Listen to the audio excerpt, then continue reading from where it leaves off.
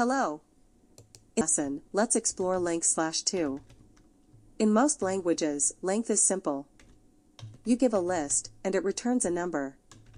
For example, length, A, B, C, N. Then, N equals 3. Nothing surprising.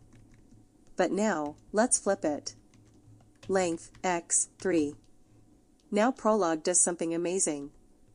It generates lists, x equals, comma underscore. A list of 3 elements.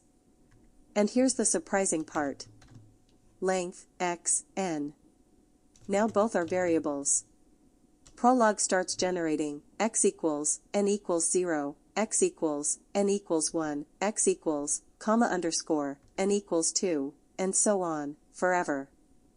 This is not just computing length. It's describing a relationship between a list and its size. That's why Prolog feels different. It doesn't just calculate. It explores possibilities.